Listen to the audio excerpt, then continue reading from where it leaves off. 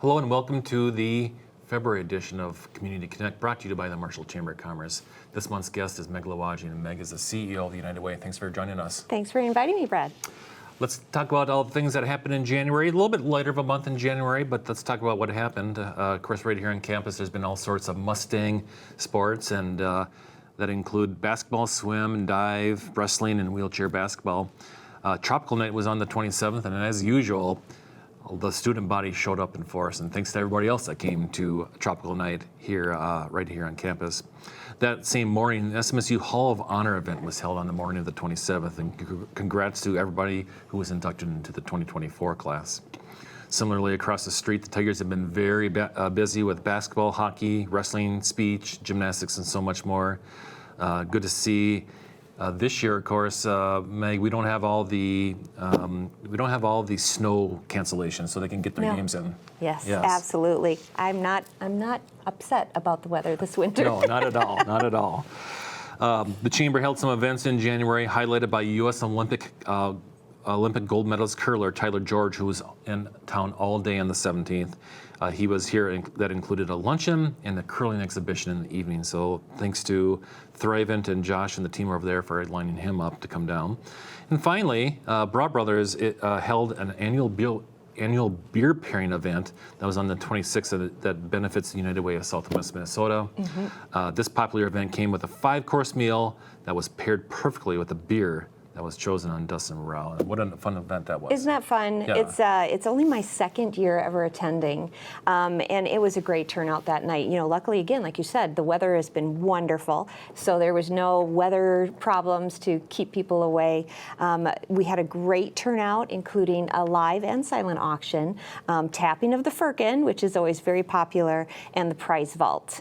So we had a great number of people in attendance, and we actually raised over $14,000 that night. Excellent. So that was a wonderful event. Yeah, absolutely. And great food. What amazes me is that how Dusty and I think his daughter actually put together Sandra the menu. and Mary, yeah. Mm-hmm. And it's, every single year it's something new, yes, but it's always something good. Yes, there was great appetizers. We had really good reviews on the appetizers this year. There was the salmon on the cucumber, and the Bang Bang shrimp, I think, was a highlight as well. I personally liked the pork belly wrapped apple. Mm-hmm. That was my favorite too. That was a good one too. And then the puff pastry with the brie and apricot, that was really, really good. Mm-hmm.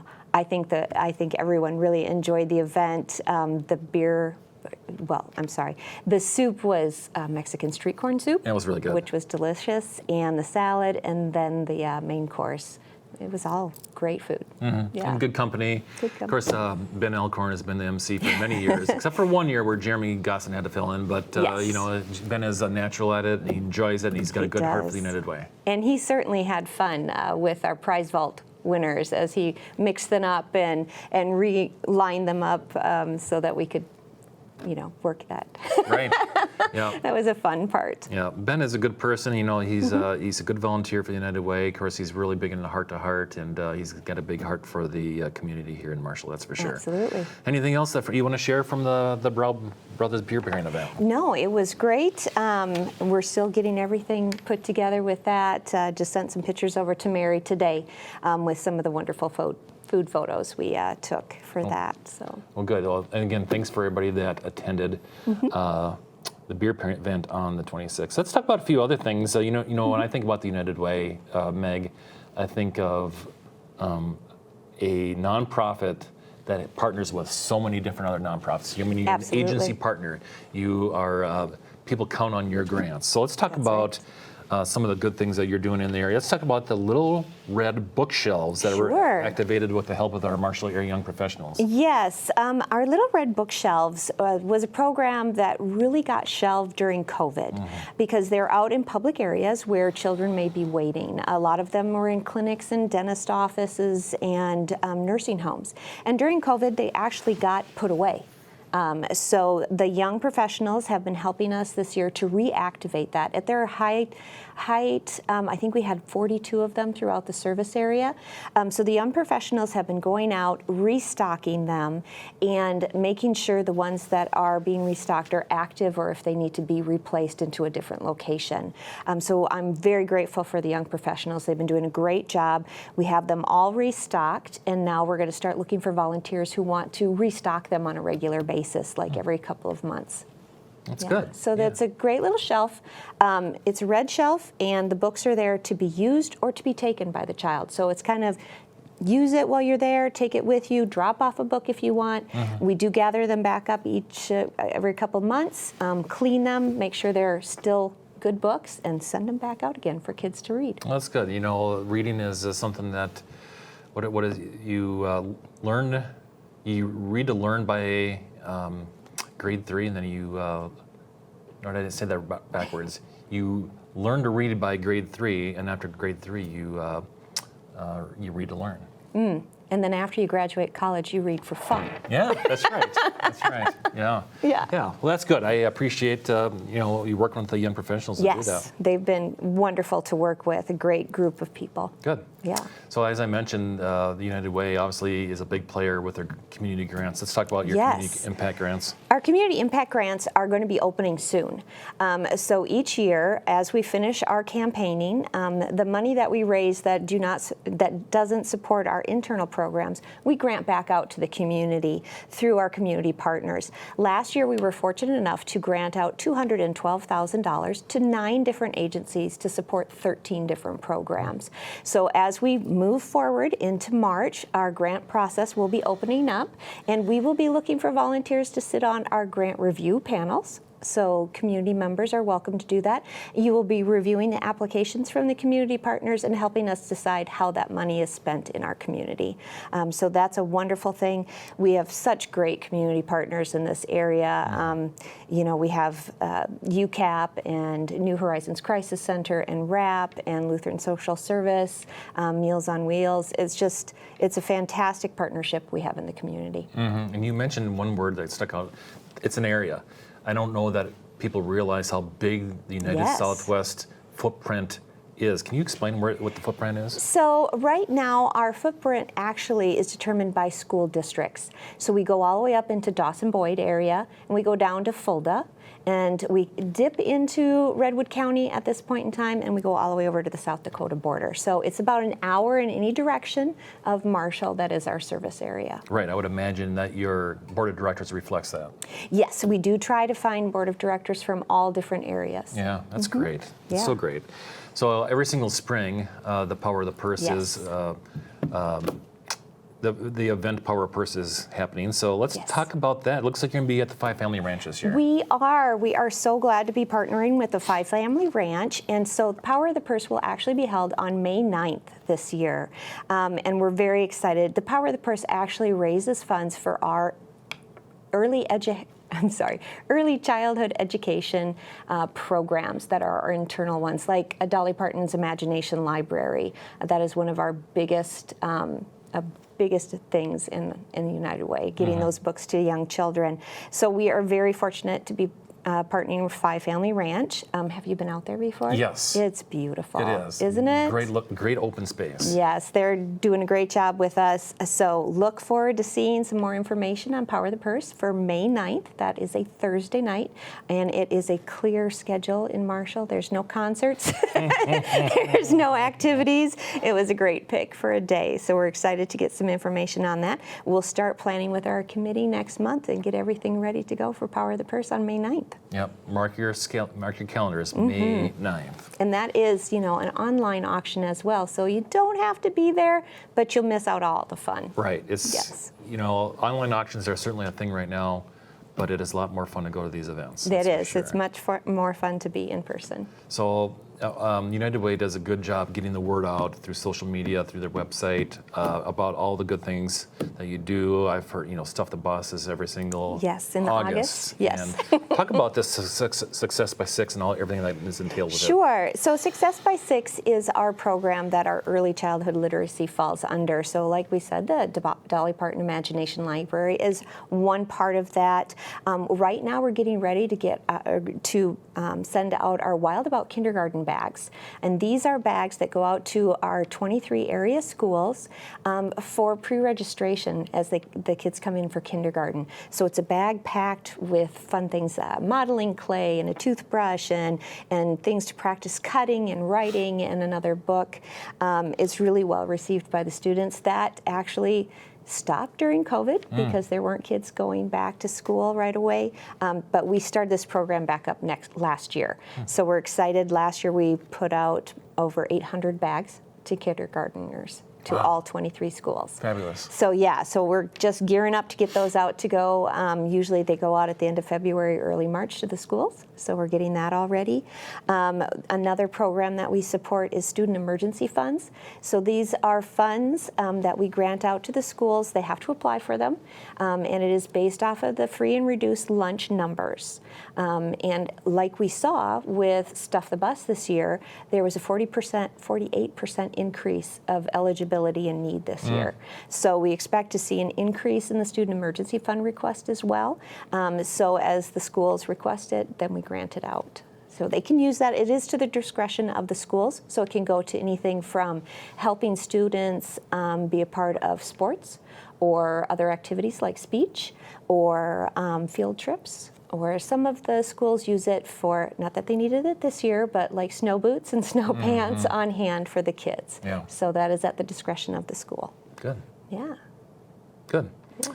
Can you just talk a little bit about the Gruffalo Walk, just a little bit? I've seen it, obviously. I think Noah I was part of it, I think. And yes, last year it was between the police chief and the fire chief. Oh, yeah. And so, last year I moved it to May because it had been in June and it was just really, really hot. And of course, last May it was the hottest day in May for the Chiefs to do the walk.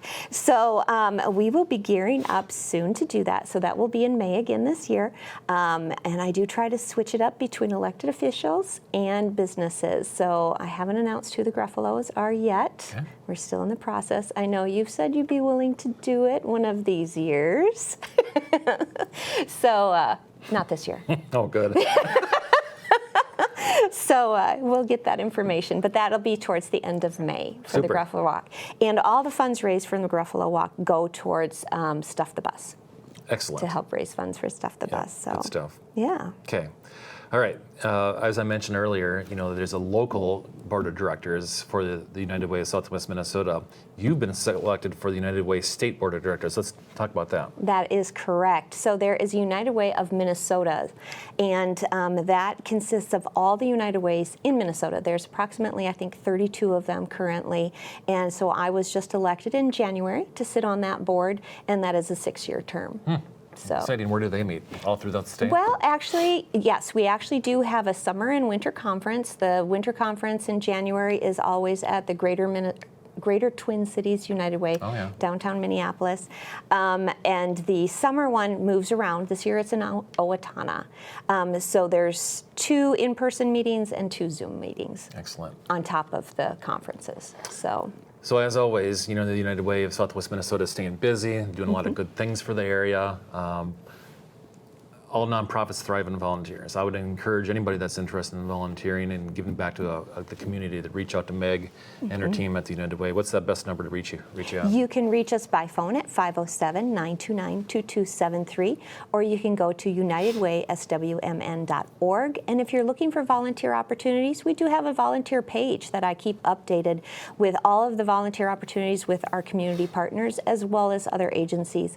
I know right now the Lyon County Library is looking for storytime readers, so we're still looking for people for that. And we have Mindful Meals here at SMSU is always looking for volunteers, and we will be looking for volunteers with the Community Impact Grants panel coming up, as well as Stuff the Bus in August. Excellent. Yeah. All right.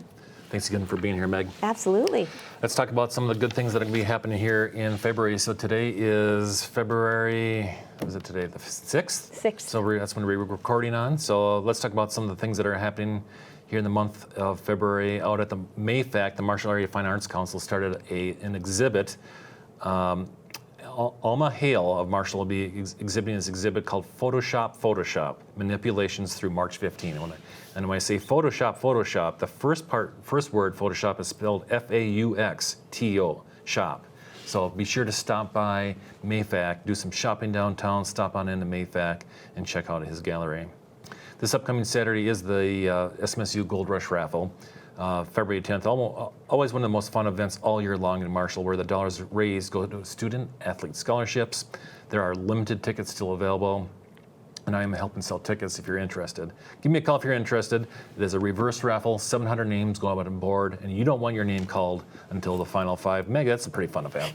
Yes, I've been to that one before, and my name was called fairly quickly. Yeah, darn. But I did get a T-shirt. Oh, good. At least you got a T-shirt of the deal. Yes, There's all sorts of absolutely. different games going on tonight. There's all sorts of giveaways, so give it a look. Yes, and usually an auction.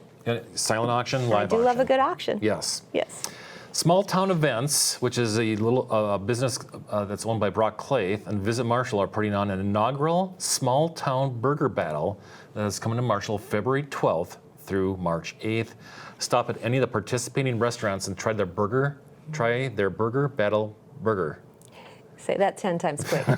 Fill out the complete ballot and turn it into one of the participating places for a chance to win chamber gift checks and a gift card grand prize. The participating restaurants include Atlantic Place, Varsity Pub, which might be like a Burger Panino, would be my guess, Gambler, Wooden Nickel, and Brawl Brothers. February 12th through March 8th. Which means you need to go to all of them. You have to be fair. You have to go to all of them, try all the burgers. You got a month. You have to do justice on that one. You got a month, except for Fridays during that time. No. Just for me. Well, and you. yeah. On Monday the 19th, come to the Schwann Community Center for the Performing Arts for MAFAC, and it's a performance called Camille and Stewie at 7 o'clock.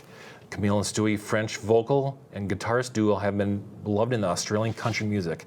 Now based out of Nashville, Tennessee, Camille and Stewie want their music to take people back to a time when the essence of country music was twangy guitars, honest songs, and vocals that tear your heart out.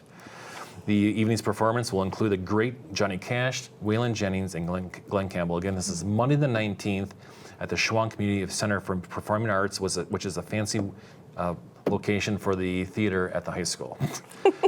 We have a low number of events in February, because the Chamber does. We have a low number of events in February because we have a large speaker series event on February 28th featuring Russell Dubree. He will speak on 8 keys to high performance culture. In his 15 years as a business owner and leader, he has immersed himself in observing, studying, testing, and evaluating what it takes to make a successful business. So this is on our website already if you're interested. February 28th is going to be in the Upper Conference Center here on campus at SMSU. Finally, our coupon books are out, and they've been now out for about a month, just over a month. You get about 11 months to use these. It's a $30 book, $5,000 worth of savings. You can actually buy your book at the United Way, and the United Way will get to keep $5 for every book. Nice. Yes. They're great books. Yes. Yeah, there was one on the auction at the beer dinner. Right. Yeah. There's a lot of good deals. It's a $30 book. One coupon will pay for your book. You can go to Yes. Tallgrass Liquor, 25 off 100 off of some of their products out there. So it is well worth it. Plus, it is our biggest fundraiser at the Chamber as a nonprofit. And it supports all our local businesses. It does. Yeah. It does. You can use, yes, exactly. So that's a lot going on. All these events in February can be found at our website at marshallmn.org. And also you can take a look at the events on the visit page at visitmarshallmn.com with the Visit Marshall team. Thanks again for tuning to the February edition of Community Connect, and thank you to our guest, Meg Louwagie. Thank you. Next month, Aaron Ziemer from Marshall Radio will be on to talk about the Marshall Home Show at the Red Baron Arena in later March. And thanks again for watching. And we'll see you in March.